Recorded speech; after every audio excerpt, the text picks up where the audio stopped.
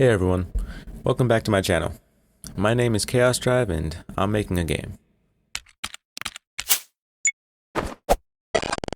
I know it's been a while since the first devlog of my platformer game, but that's not because I don't have content to share.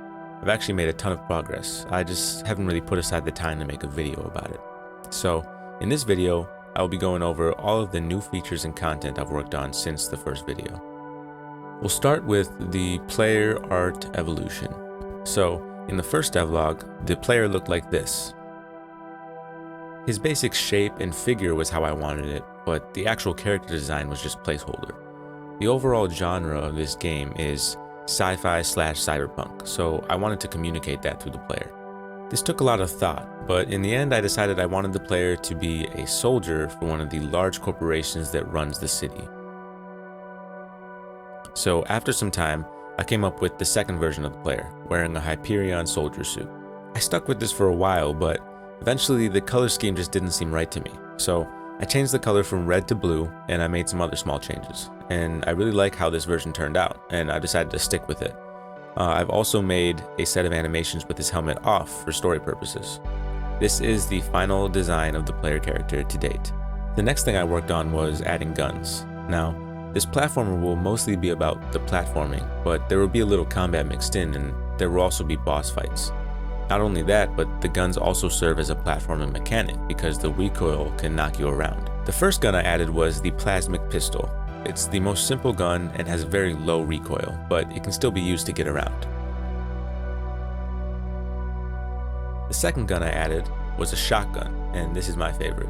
It shoots 5 or 6 bullets and the recoil is extremely high, so you can use it to get to high places. I also made a laser cannon, which shoots a steady laser, allowing you to kind of glide. Eventually you do float down, so you can't infinitely fly with it.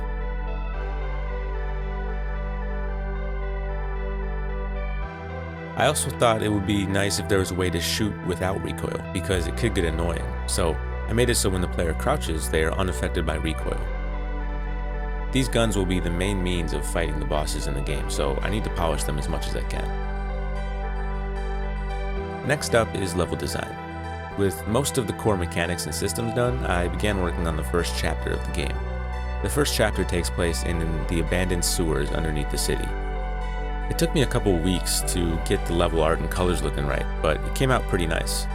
When I am decorating a level, first I start by putting the actual platform tiles in, then I set the background tiles, and then I have 2 layers of background elements. One of them is this strange, dark, decaying stuff, and behind that, I placed some pipes to fit the theme of the sewer.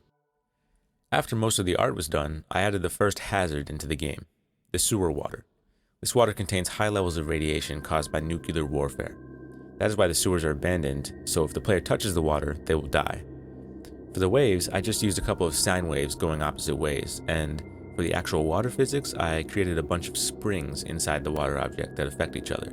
I used Sean Spalding's video as a reference for this. I'll link it in the description. Next, I implemented Juju Adams' bulb lighting engine, which is an API for GameMaker created by Juju Adams. You can get some beautiful lighting out of it, and I'll link the GitHub in the description. After adding the lighting, my game was looking pretty polished. The last thing I added pertaining to level art was a simple dust particle system. So now random particles of dust will be floating around, which gives the space a much more eerie vibe. Now let's talk about characters. There are 2 official characters in Chapter 1 besides the player. The first one is Luna. She's an AI assistant that is embedded in your suit and will be aiding you throughout the game. The next one is an expired nanny robot called Mother. I haven't made the animations for her yet, but that will be coming soon. The last thing to talk about is the dialogue system. The dialogue system I was using before was created using Peyton Burnham's YouTube series, which I'll link in the description, but I wanted something different for this game. The look and feel of this system needs to fit the game. So I scratched the whole thing and I created my own choice-based dialogue system from the ground up. I had the freedom of making this much more polished with smooth transitions and everything. This is the new and improved dialogue system.